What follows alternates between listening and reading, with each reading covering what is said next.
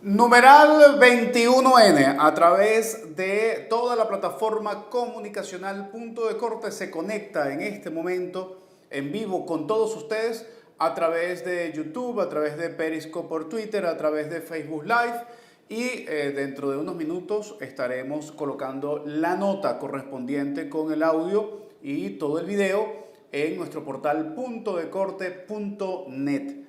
Hoy vamos a tener con nosotros como invitado a Daniel Ceballos, candidato a la aspirante a la gobernación del estado Táchira. Pero antes de conversar con él, vamos a ver una reseña hecha por nuestro equipo de producción a través del perfil de nuestro candidato del día de hoy. Daniel Omar Ceballos es político e ingeniero agrónomo. Sus inicios en la política fueron como dirigente estudiantil. Durante el periodo 2009-2012 ocupó el cargo de diputado en el Consejo Legislativo por el estado Táchira. Luego, en 2013, ganó con el 63% de los votos la alcaldía del municipio San Cristóbal. Sin embargo, en 2014, tras las violentas manifestaciones contra la administración de Maduro, Ceballos fue suspendido y destituido del cargo por orden del TSJ madurista, quien emitió de inmediato orden de captura en su contra. Convirtiéndose en uno de los primeros presos políticos de Nicolás Maduro, fue señalado de rebelión civil. La Sala Constitucional declaró el desacato y sancionó a Ceballos a cumplir 12 meses de prisión. Sin embargo, en 2015, tras haber cumplido 20 días de huelga de hambre y presentar un estado de salud delicado, dictan arresto domiciliario para el exalcalde, hasta 2016, cuando fue trasladado a la cárcel del Helicoide, en Caracas. En ese momento fue acusado por el Ministerio del Interior de estar preparando una supuesta fuga, lugar donde lo mantuvieron hasta 2018, cuando finalmente fue puesto en libertad. Luego de algunos años fuera de la política y con un juicio abierto, en junio de este año, Ceballos reapareció haciendo públicas sus aspiraciones a la gobernación del estado Táchira.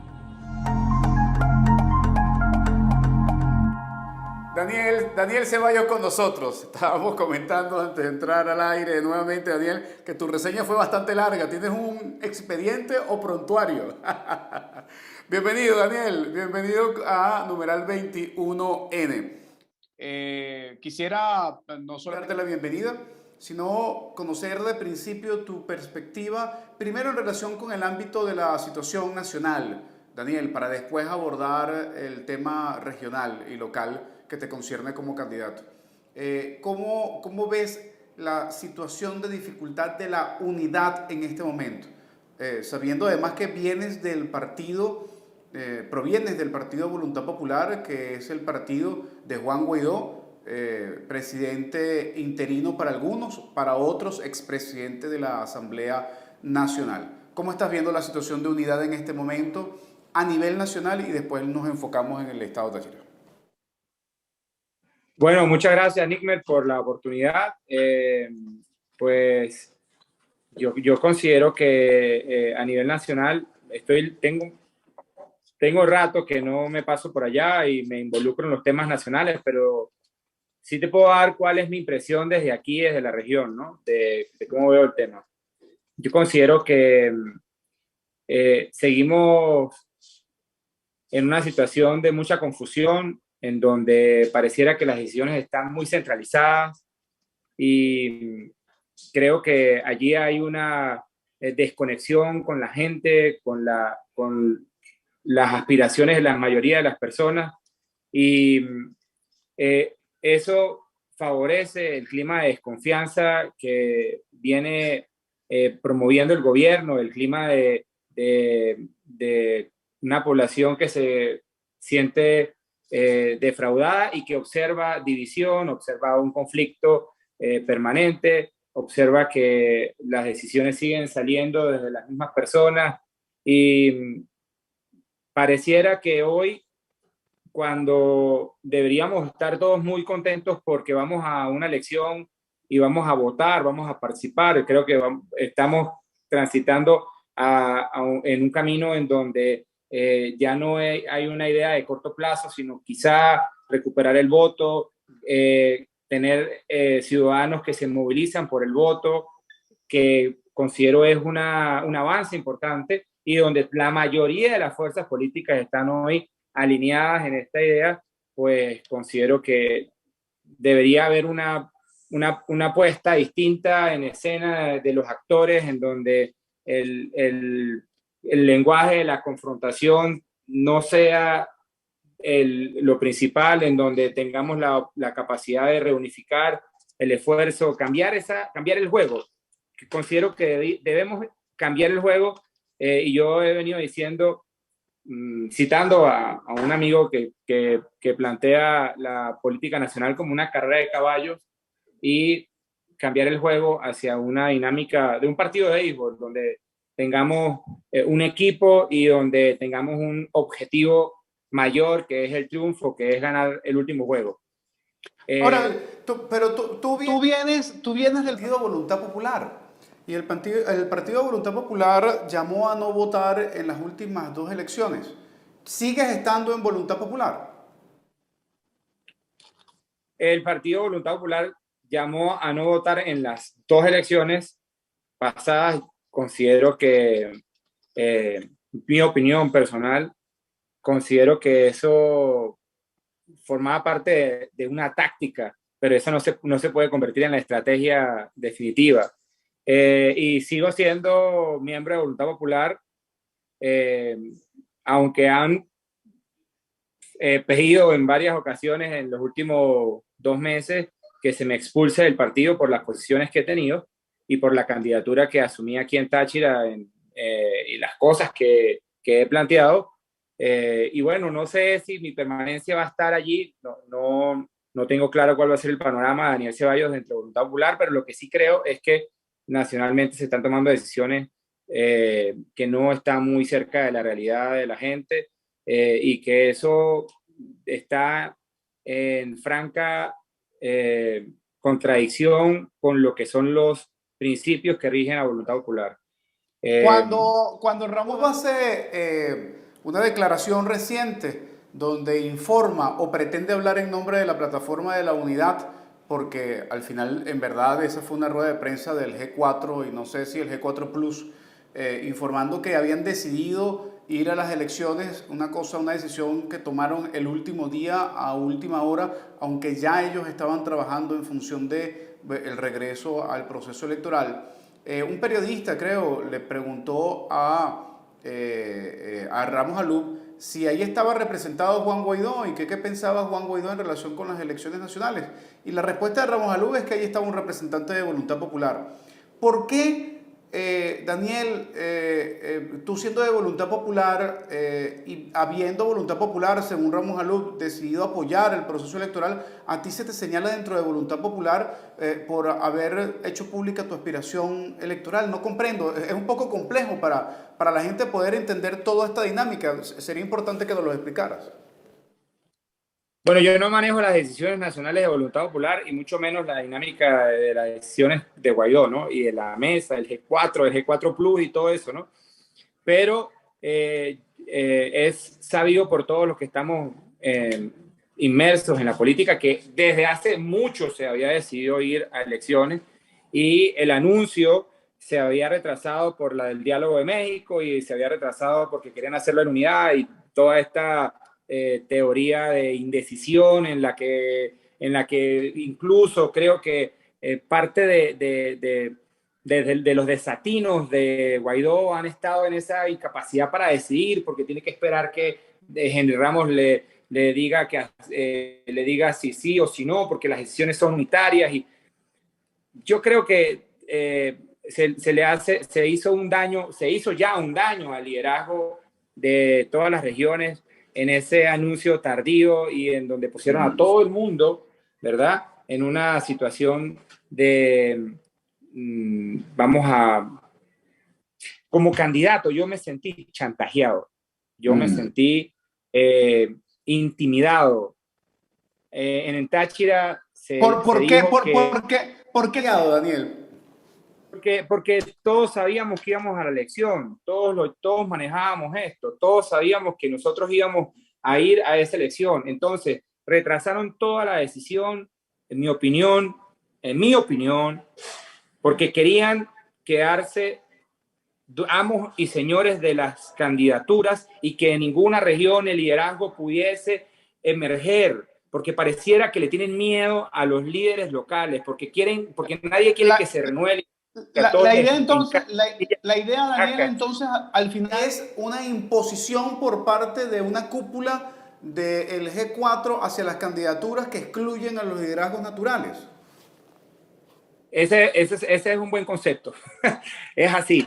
Y vamos a hacer una cosa, Daniel. Vamos a hacer una respectiva a esta hora y en el próximo segmento. Entonces terminamos de hablar sobre esto y nos vamos para el Táchira y nos echas un poco el cuento de qué ha pasado, qué pasó con esas primarias, Daniel. O sea, yo vi que firmaron un poco de gente, firmó unos papeles, se vino para acá la gobernadora. La cosa era todo el mundo emocionado porque iba a haber unas primarias aleccionadoras en el Táchira y pues no han dicho más nada sobre eso. Al regreso, en numeral 21N vamos a abordar este y otros temas.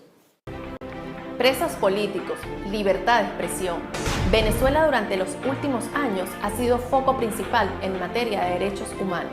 Esto y más lo vamos a estar analizando en Desencadenados, junto al relato de las víctimas, familiares y organizaciones no gubernamentales. Todos los viernes a las 2 de la tarde a través de Punto de Corte Televisión. Conéctense a nuestras redes sociales. Los espero en Contexto en Punto de Corte.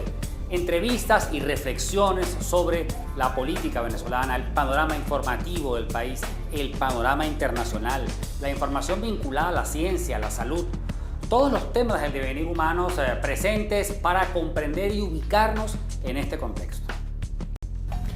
Mi nombre es Aaron Olmos, soy economista y docente investigador y quiero invitarte para que todos los martes a partir de las 2 de la tarde conectes con nosotros a través de la plataforma de PSTV en Economía Digital. Un programa pensado para que todas las personas puedan conocer y entender el avance de la ciencia de la computación conectados con la economía y las ciencias sociales y cómo impacta directamente el relacionamiento productivo y de las personas a nivel global. Así que la cita es a las 2 de la tarde a través de PSTV, Economía Digital. Acompáñanos. Regresamos a numeral 21N a través de la plataforma comunicacional Punto de Corte. Quien les habla, Nickmer Evans, y estamos con el candidato a la aspirante a la gobernación del estado Táchira, Daniel Ceballos. Habíamos quedado, Daniel, en el segmento pasado, un poco cerrar la idea sobre esta situación nacional y la implicación que ha tenido esto en el estado Táchira. ¿Y qué ha pasado entonces con esas primarias que nos ofrecieron, Daniel? Bueno, lo que te decía antes era que se guardaron hasta el final la decisión de participar y con eso contuvieron todas las candidaturas y aspiraciones de todo el mundo. Todo el mundo quedó a la espera de a quién se le iba a entregar entonces por designación de la cúpula de Caracas, lejos de todos nosotros, lejos de los problemas de la gente, lejos de algún tipo de idea descentralizada, federalista, republicana, nada de eso. La cúpula decidió hasta el final mantener la decisión y a última hora dijo, bueno, estos son nuestros candidatos, esta es nuestra maqueta, y se acabó y se cerró la historia. Y eso no contribuye a que pueda existir una contienda en donde nosotros nos quejamos, bueno, nosotros no, yo no me quejo por condiciones. No, esa no es mi visión de la realidad. Yo creo que hay que... ¿Tú crees que hay condiciones electorales? ¿Crees que hay condiciones electorales en este momento para participar? Creo que las condiciones son el contexto en el que todos estamos jugando. Compartimos la dificultad. Tenemos el contexto que el gobierno quiere que tengamos. Pero el punto es que nosotros, los que pedimos condiciones, no me incluyo en eso porque yo no ando pidiendo condiciones, yo quiero echarle pichón. Nosotros ponemos las cosas más difíciles, o nosotros no. Quiero ser más claro en esto. Los que piden condiciones complican y agregan condiciones. No dan condiciones.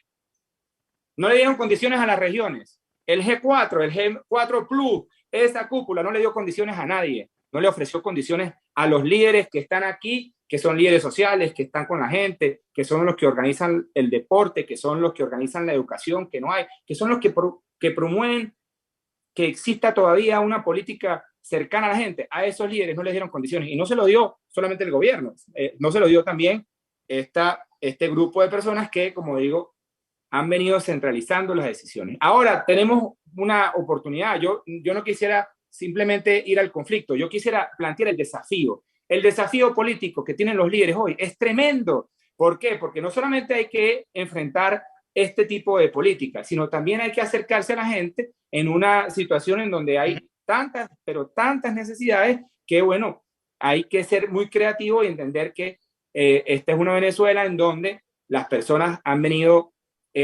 descartando la política porque sienten que la política está en la base de los problemas. Y creo, por ejemplo, que hay proyectos innovadores, ideas innovadoras que suman gente. Por ejemplo, yo me di una vuelta por la Alianza del Lápiz y entiendo este concepto de liderazgo que está no, bastante más relacionado con la gente, que comprende que hoy el país petrolero de la renta terminó, que necesitamos retomar la construcción desde los ciudadanos, que necesitamos apoyar a los emprendedores, a los empresarios, a quienes están generando empleo, a los que están pagando la nómina y a los que están sosteniendo el salario de muchos ciudadanos que pueden llevar comida a su casa.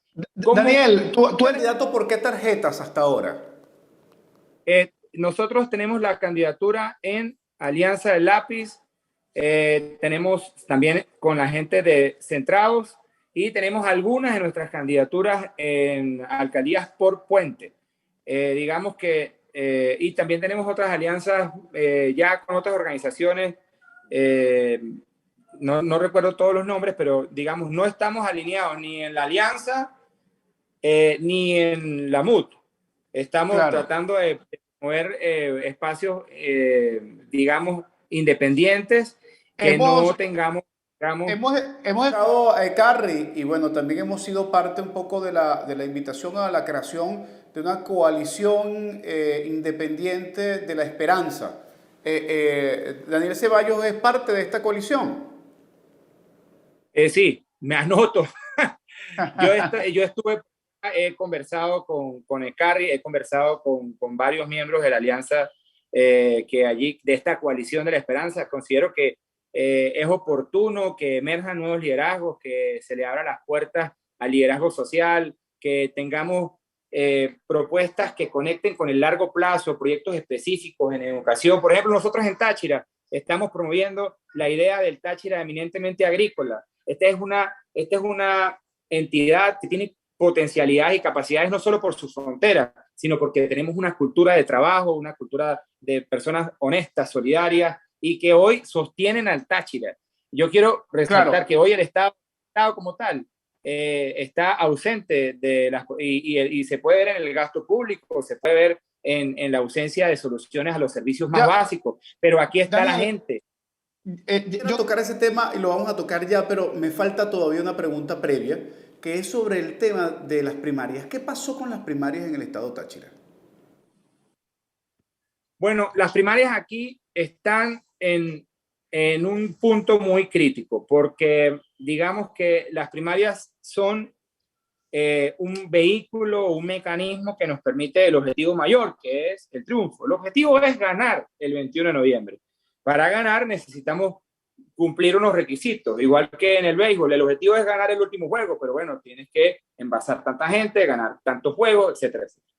El punto aquí hoy de la primaria es que, en primer lugar, el candidato Fernando, el candidato de la MUD, hizo una primaria, adelantó una primaria, una forma de primaria en 4 municipios, entonces, pero primaria inútil. ¿Por qué? Porque si habían 6 candidatos, se inscribieron 2, se decidió de esos 1 y quedan ahora 5 candidatos. La primaria no resolvió, estamos frente a unas primarias que no resuelven el problema. Y tenemos una primaria un poco más estructurada, en donde se ha impulsado con la candidata Lairi, con un grupo de otros candidatos, Freddy Sandoval, William Méndez, quien se retiró, y mi persona, en donde hemos insistido para que Fernando también se incluya, pero no ha sido posible. Esta primaria está fijada para el 12 de septiembre. Pero, ¿Para cuándo? Para el 12 de septiembre, para el domingo. Para el 12 de septiembre, ok. Pero en este momento, cuando se revisa la lista de municipios y de candidaturas y de candidatos a la gobernación, tenemos la inconsistencia de que, o digamos la debilidad de que esa primaria tal cual está establecida no va a resolver el tema de candidaturas, puesto que no todos los candidatos están inscritos, muchos se han retirado y necesitamos, mi opinión, es revivir esa primaria para que sea la primaria del Táchira y no se vuelva la primaria. ¿Y qué va a hacer, Daniel, en relación con esas primarias que están convocadas para este domingo? ¿Vas a participar o te vas a retirar para exigir mejores condiciones a la primaria? No, nosotros no vamos a participar, puesto que en ese contexto no estaríamos resolviendo el tema unido. No lo estamos resolviendo, pero no podemos matar la primaria como mecanismo. Todo lo contrario, tenemos que reformular la primaria, hacer un esfuerzo junto con la sociedad civil, con la Fuerza Viva del Táchira, para que todos podamos tener una primaria en donde se dé una solución que fortalezca las posiciones de la oposición. Ahora, ¿qué problema tenemos? Para ser completamente honesto, el problema está en que el candidato de la MUD tiene orden nacional de no contarse en la primaria con el candidato de la alianza. Y el candidato de la alianza pareciera que tiene la decisión de hacerlo, pero tras bastidores parece que también tiene una directriz distinta. Entonces ahí volvemos al tema de fondo con el que empezamos. Es necesario que le demos fuerza a lo local, a lo regional, creo, y pareciera que uno de los obstáculos que tenemos es este esquema centralizado de la cúpula que no permite libertad de acción, aun cuando no están, digamos, entendiendo la dinámica local, lejos de la dinámica y de la realidad local. Daniel, el Táchira además es un estado muy complejo, es un estado fronterizo. Además, ha estado viviendo un proceso de protectorado por parte del exalcalde de Caracas y miembro de una de las cabezas históricas del PSUV, que es Freddy Bernal, pero además tienes el problema de la narcoguerrilla en el territorio, además también tienes el problema del desabastecimiento de gasolina. ¿Cómo ves al Táchira? ¿Qué le ofrece Daniel que no le ofrece el resto de los candidatos de la oposición y por qué la gente tendría que votar por Daniel Ceballos? Bueno, la oferta electoral, hiciste una previa con Bernal. Bernal es el protector desde hace 4 años. Creo que ha protegido sus intereses y los intereses de su grupo. No hay una cercanía con la gente, con sus problemas.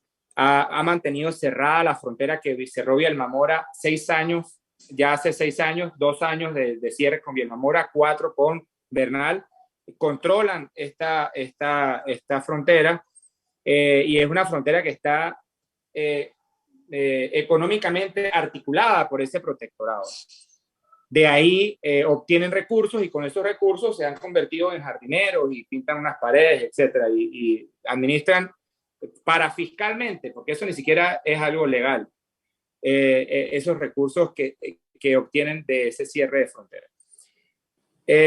La oferta de Bernal es una oferta engañosa de que como él tiene el número de teléfono del ministro y el número de teléfono de Maduro, aquí van a llegar todas las soluciones cuando ellos gobiernen, que fue la misma oferta que hizo Villahermosa hace ya 8 años y cuyo resultado fue el desastre, el cierre de frontera, el colapso de los servicios, el atraso absoluto del Estado Táchira, un Estado que para 2009-2010 estaba intercambiando $8.000 millones con Colombia en esta frontera. Esta misma frontera cerrada por donde se ha ido el 75% de los más de 6 millones de venezolanos que hoy tenemos en el informe de Naciones Unidas como los venezolanos que huyeron por esa frontera, por esas trochas llenas de, como bien lo definía, está la guerrilla, hay bandas criminales, crimen organizado, una situación infrahumana,